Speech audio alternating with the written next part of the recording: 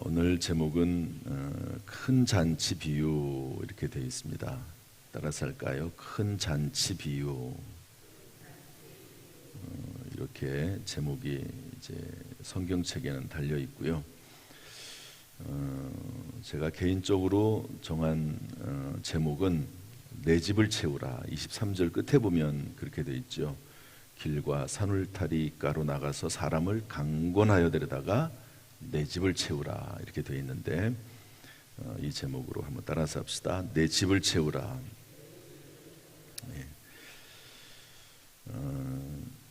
한번 하나씩 읽어보면서 같이 읽어보도록 내용을 살펴보도록 하겠습니다. 15절 16절 다 같이 읽어보죠. 시작.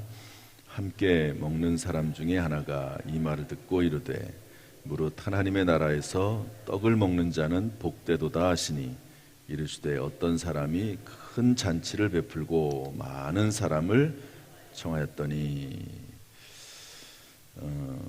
큰 잔치라고 표현을 했습니다. 모니터 볼륨을 조금만 올려주실래요? 큰 잔치, 이건 천국 잔치고 구원 잔치죠.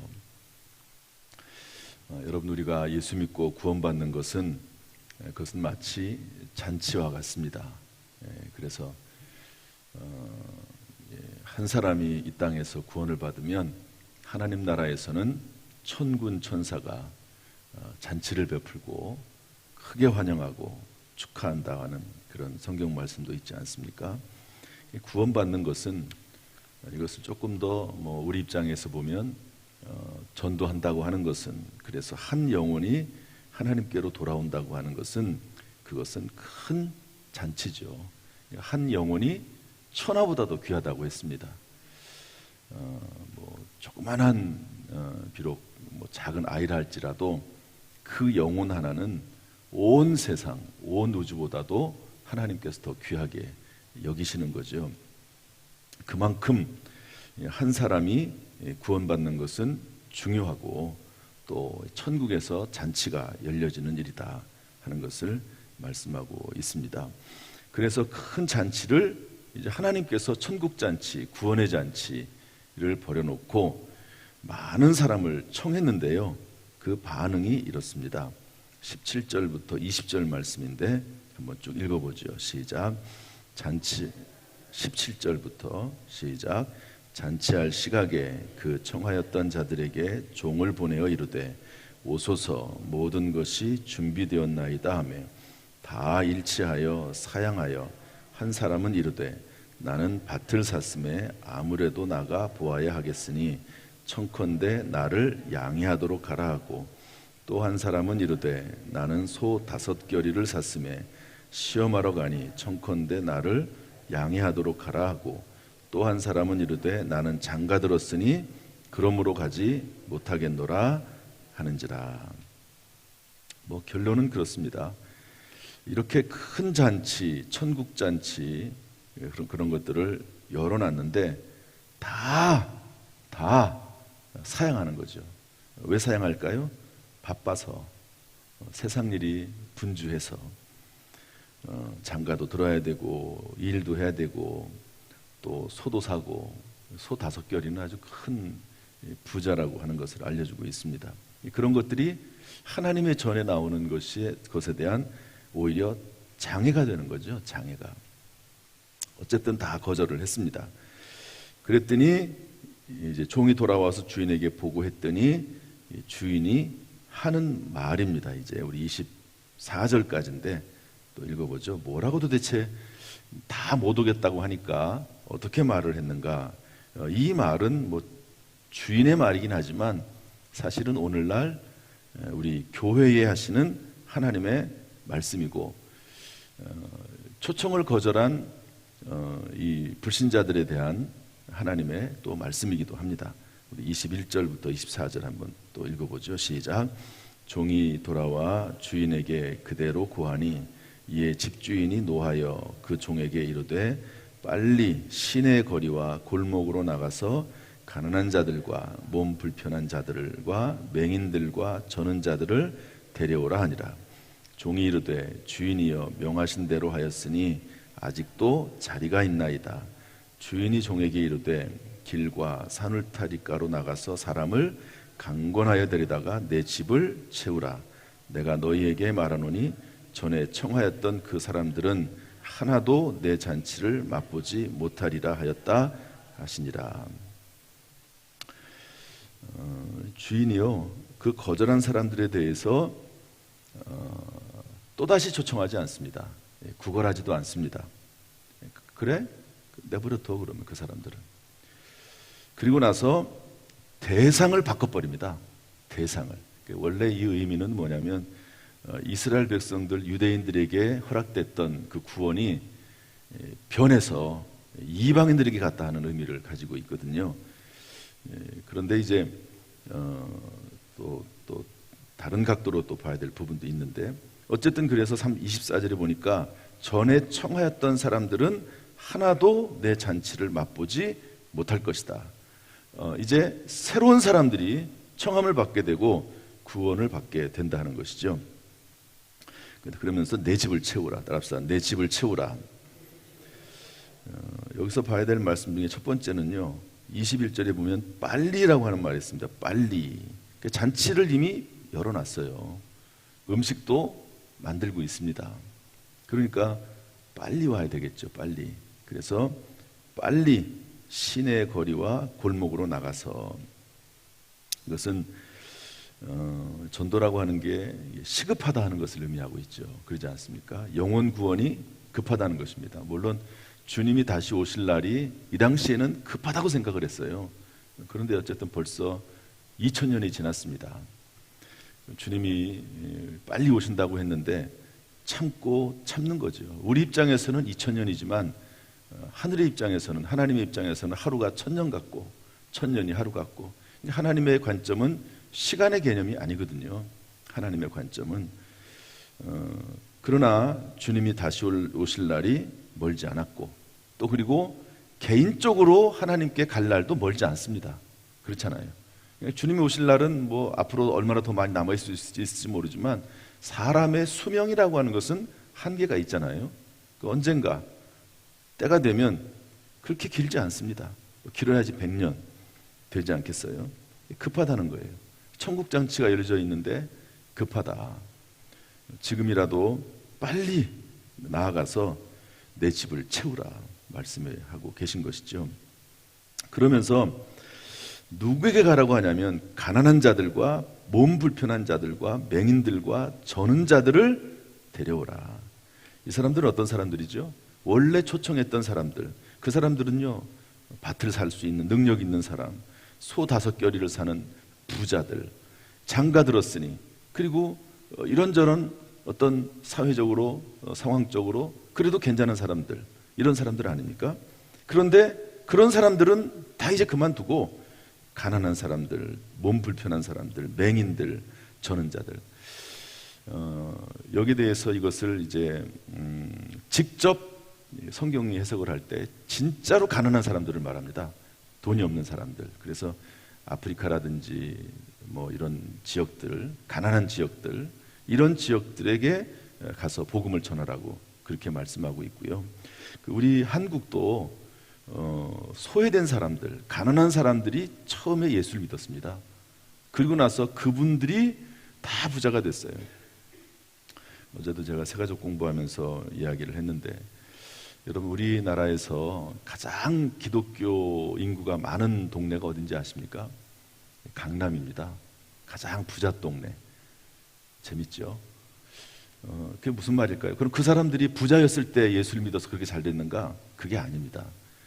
그의 부모들이 예수를 믿고 신앙생활을 다 잘하고 헌신하고 희생했더니 그 자녀들이 복을 받은 거예요. 그리고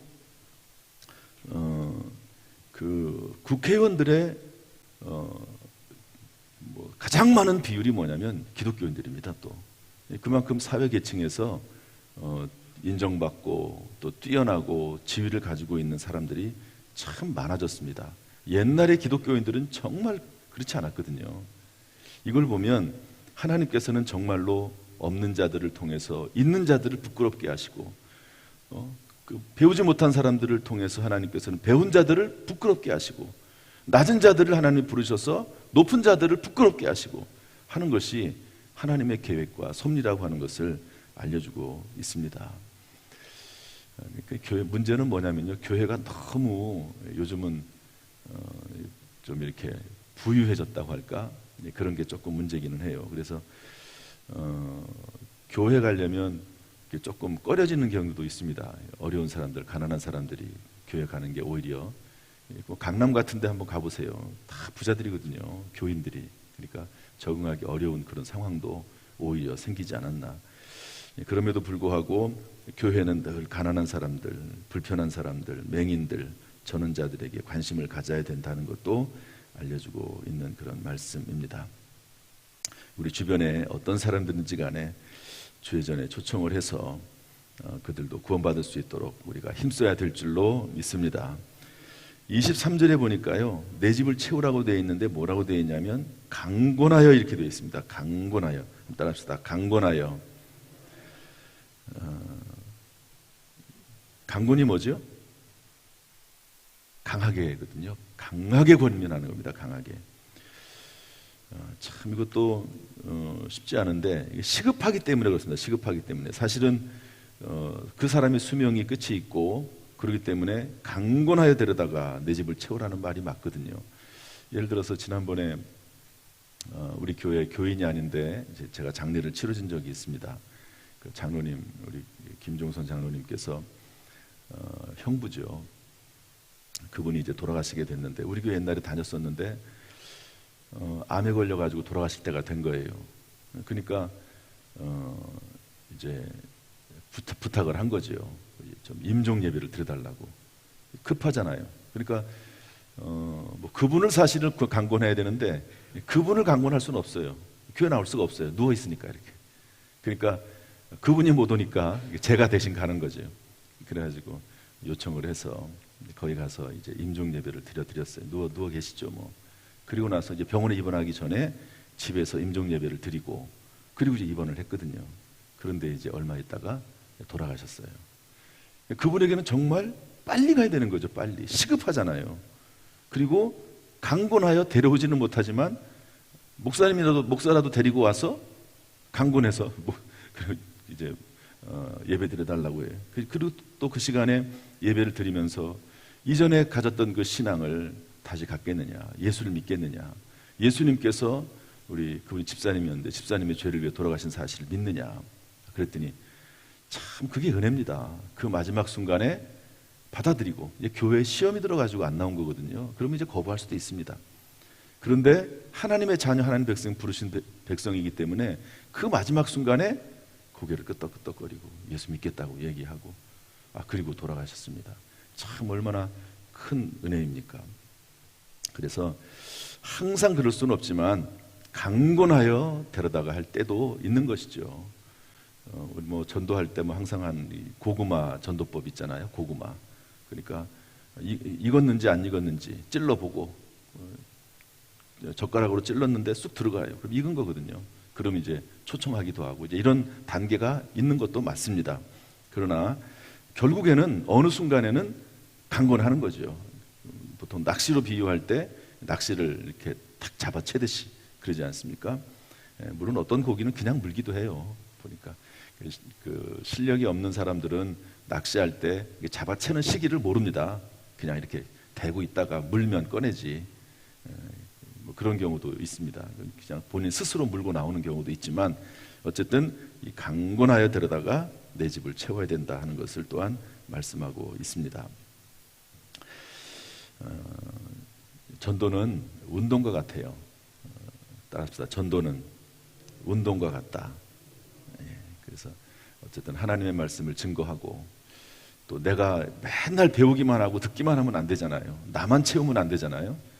그것을 다른 사람에게 증거하고 전하고 또 전도하기도 하고 또 서로 친교하고 교제하면서 자기의 간증을 나누고 삶을 나누고 이런 것들이 전부 운동과 같습니다.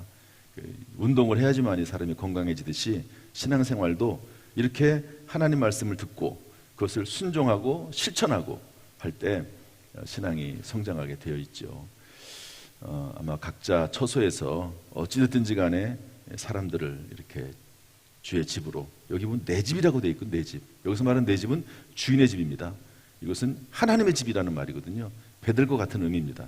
하나님의 집, 기도하는 집, 성전, 말씀이 선포되는 곳, 찬양과 예배가 있는 이 하나님의 집에 초청을 하라 하는 것을 말씀해 주고 있습니다.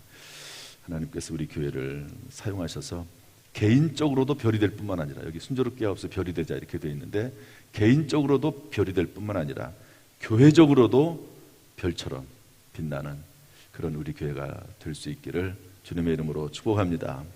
오늘도 이 새벽에 나와서 기도한 우리 모든 성도들의 그 중보기도를 들으셔서 우리 교회에 전도의 영이 임하고, 하나님께서 메추라기를 통해서 이스라엘 백성들을 먹이신 것처럼 우리 교회에 영혼들을 보내주시고 또한 잘 양육해서 일꾼으로 세우는 복된 교회, 또 그리고 나서 그 자녀손들이 복을 받는 그런 교회가 될 수 있기를 주님의 이름으로 축복합니다.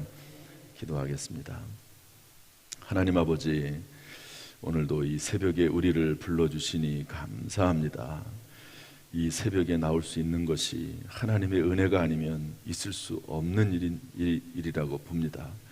주여, 이 새벽에 나와서 기도의 사명 감당하고 있사오니 하나님이여, 이 거룩한 사명, 복된 사명을 맡은 성도들 한 사람 한 사람에게 영혼 육간에 강건함을 더하여 주옵소서. 금생과 내생의 복을 더하여 주옵소서. 주님 부르실 때까지 눈이 흐리지 아니하고 기력이 쇠하지 않도록 그 영과 혼과 육이 흠없이 보존되도록 인도하여 주옵소서. 무엇보다도 자녀손들이 복을 받게 하시고 잘되게 하시고 늘 하나님께서 지켜 보호하여 주옵소서. 이제 한 주간을 또한 시작합니다. 이번 한 주간도 하나님께 영광이 되게 하시고 눈동자처럼 지켜 보호하시고 평강의 평강으로 인도하여 주옵소서. 기도 응답하여 주옵소서. 음성을 들려주옵소서. 깨닫게 하여 주옵소서. 그 길을 인도하여 주옵소서. 예수님의 이름으로 축복하며 기도하옵나이다. 아멘. 이제는 우리 주 예수 그리스도의 은혜와 아버지 하나님의 무한하신 사랑과 성령님의 교통하심이 이 시간 주 앞에 나와 예배드리는 모든 성도들 한 사람 한 사람 머리 위에, 그 가정, 직장, 사업, 자녀, 심령 위에, 특별히 이번 한 주간 위에 함께 하시기를 간절히 축원하옵나이다. 아멘.